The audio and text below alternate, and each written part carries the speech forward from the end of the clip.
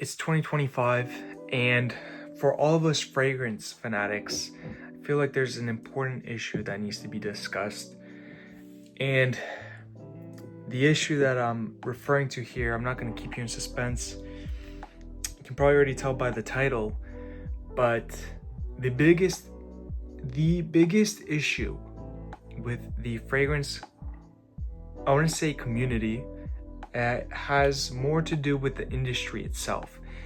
And it's the fact that it's an industry that is taking advantage of flankers and is essentially the only way we get new fragrances is in the form of flankers. And I think ultimately that is ruining our experience as fragrance enjoyers, because we don't get anything new, we don't get anything exciting. They basically regurgitate the same DNA, the same formula, year after year, with just a few tweaks here and there. And then what do you know? Us, the fragrance, enjoyers, or whatever you want to call ourselves, us, the fragrance community, all of us just go out and buy it. And I believe most of us do buy them, because if they kept releasing these flankers and no one bought them, they wouldn't be doing this or following this kind of business plan. So this is what I kind of want to talk about today. This is not going to be a list video, but just mainly discussing my frustrations with mostly the fragrance company themselves. And there's a few examples I want to mention just to realize how out of hand this problem is. I did some research, and if you look into it, this is one of the houses that suffers the most with flankers, and it's YSL. Now, don't get me wrong, YSL makes a bunch of great fragrances, and honestly, their originals are really good. YSL La Nuit de l'Homme, again, a fantastic fragrance. It's kind of been diluted now, but the DNA itself is good. Also the YSL Y series, whether you get the Eau Fraiche, the EDP, the Elixir. Is there an Elixir? I know there's a darker bottle, maybe it's Intense or something like that. They make good fragrances, but the issue is, if you look at their YSL L'Homme line, there are over 17 flankers. And in my opinion, that is completely unnecessary. And they're putting so much, I don't even know if you can call it effort, but they're definitely putting a lot of time into these flankers, and they're wasting potential in creating new original creations for their designer lines. Because, you walk into a store nowadays and you go to, I don't know, let's say YSL. You go to the YSL area and you essentially see 5 fragrances with the same bottle design, but slightly different, I don't know, color, or there's like a gradient going, and it's just very uninspiring. You go to find a new fragrance for yourself. You look at the different companies, and all of them are the same fragrance, regurgitated just a little bit differently every single time. They add a little bit of a I don't know, iris here, or maybe they add some leather in here, then they change up the name. And essentially, we're getting the same fragrance rebranded and just changed a little bit. And essentially, I think that is holding back the fragrance industry itself, and it's also ultimately just harming us. Now, what can we do to change this? I honestly don't know. I don't know. Besides not buying or not owning multiple of the same line, personally, that's what I do. If there's a line out like Stronger With You, man, they have so many. They have Freeze, they have the original, they have Absolutely. They just came out with a Parfum, which the Parfum, in my honest opinion, is a huge letdown. If you already have any of the Stronger With Yous, I don't think it's necessary. It's just a little tweak. The only way the parfum could be good is if you don't own a Stronger With You yet and you prefer that over, anything else they offer. In that case, sure, get the parfum. But for everyone else who's already in, the fragrance community and they know about Stronger With You, the parfum is a huge letdown, honestly. So it's just, I don't know, I'm disappointed because I want to try new things. And then every single time I try their new designer release, even with Versace Eros Energy, I tried that. I was hopeful. I don't really like the original Eros, but I tried the Eros Energy. Just a lot of lemon. I don't know. I don't know why it's connected to that line. It could have been made its own thing. It's whoever came up with this business plan of releasing flankers. I don't know who the first company was who did it, but essentially they really ruined it for all of us, in my personal opinion. And I'm curious to see what you guys think about this whole situation. I'm kind of bashing the companies themselves, but it's because I expect more, And even with Dior Homme, this is a fragrance that I love, but what I don't understand is why they chose to rebrand an older line. If you wanted to discontinue the Dior Homme line, and you came up with this, which doesn't smell anything like the original, why not give it a new name, right? They're trying to increase the popularity of this fragrance by giving it the history of one of their most popular fragrances.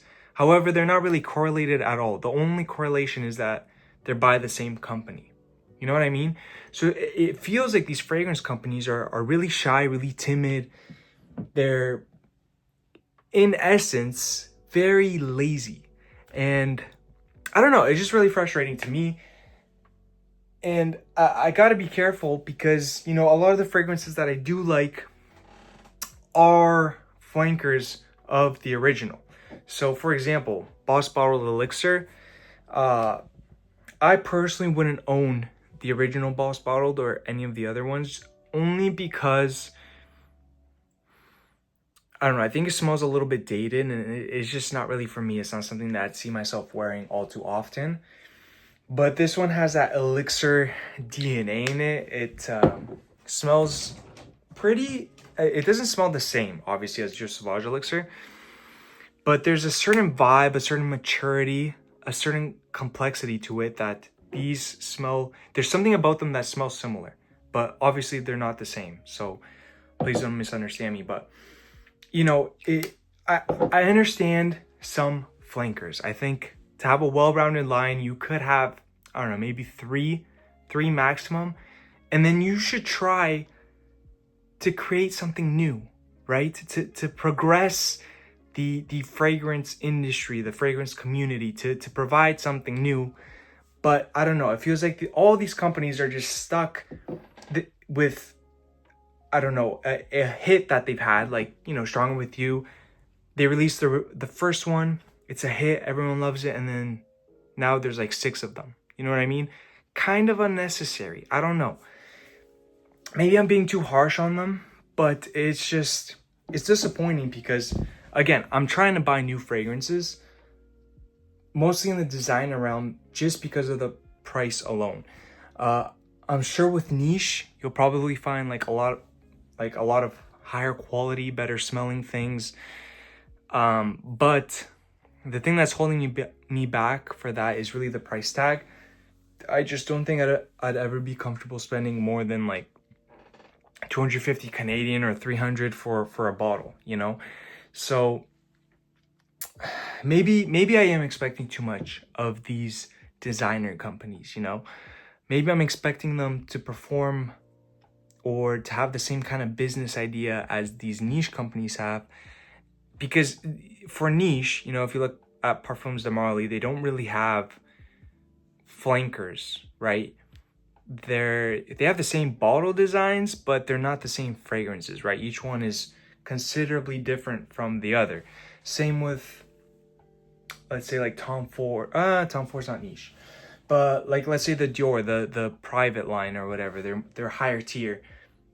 From what I know, and again, I'm not really in the niche world that much, but you know, every single fragrance is different. It's based on a different kind of smell. They have different notes. Even with Tom Ford, again, I will bring them up, not niche, but for their more private, they're not private blends, but for the Tom Fords, you know, tobacco vanille, you know what you're getting there. Or cherry something, you know, it's based on cherry. There's no cherry EDP, cherry parfum, cherry elixir. It just doesn't make sense, you know. Another company that I think is kind of holding back a lot is Chanel. I mean, they had their banger of a release in 2010 when they released Bleu de Chanel. And then ever since then, at least in the designer realm, they've been pretty quiet. You know, they have the Chanel L'Homme Sport line, which again is really old. And all they do is kind of just release flankers here and there. Every like 2 to 3 years, they'll release a flanker. Some of them are really good. You know, there's the O Extreme, which I had. Wasn't really my favorite. I bought it more for the hype because everyone seemed to love it. I still have my bottle and there's still a decent amount left. I might try to wear it again this summer, but I don't know, not really for me. And then they also have the Edition Blanche and a few others. So yeah, I don't know. I'm really curious to see if Chanel is going to release a new designer line, a new fragrance. I'm really like thirsty for something new. So I don't know. These are just my thoughts on the current stance of the fragrance industry. And I really hope it gets better. I hope this year we get some new interesting releases. Again, it doesn't have to be anything crazy. It can be mass appealing, but I just want something different. I don't want something that's a part of a line. I want something, a standalone, something to kind of excite me and hopefully excite the fragrance community as well. You know, maybe it's not good. Maybe it does terribly, but at least you tried something. You know, at least you're experimenting and you're providing us, the consumers, with the possibility of, you know, of starting a new trend in the fragrance industry. But right now, the flankers are just getting way too out of hand. And this is why I haven't really been buying as many fragrances recently, because it's just, there's nothing out there that really grabs my attention. My fragrance collection in terms of designers is pretty well-rounded in my opinion. And I've kind of like dabbled in all the different lines and stuff like that. Again, I don't think I'd ever buy multiple in the same line. I've only done that once with Armani Codes. And that was like at the beginning of my fragrance career. I don't think I'd do that again, right? Like I'd choose my favorite of the line and then that's it. But yeah, I don't know. And maybe I have to look into niche fragrances now to fulfill the craving I have of, you know, finding something different, you know. There is actually a fragrance on the way. I don't want to spoil it, but it is a clone of a niche fragrance that's very, very popular. So I'm excited to make a video on that. I've only smelled the original twice, so I'm curious to see if it smells how I remember it. Hopefully it does. The reviews are really great online. Everyone pretty much hypes it up. I mean, it's not a new fragrance. It's been released for at least 4 years now, I think. And it is a spring and summer kind of fragrance. So that's what I'm really excited for. I made that purchase a few days ago, so it should be coming in this week. But anyways, I just wanted to share my thoughts on the fragrance industry at the current moment. Very disappointed, but I remain hopeful. Hopefully in 2025 we get something new, or maybe in 2026. I don't know, we'll see. But let me know your thoughts, what you think, and you know, maybe I'm just looking at this from the wrong perspective, you know. So let me know, and I'd love to have a discussion with you guys in the comments. I will catch you guys next time. Peace.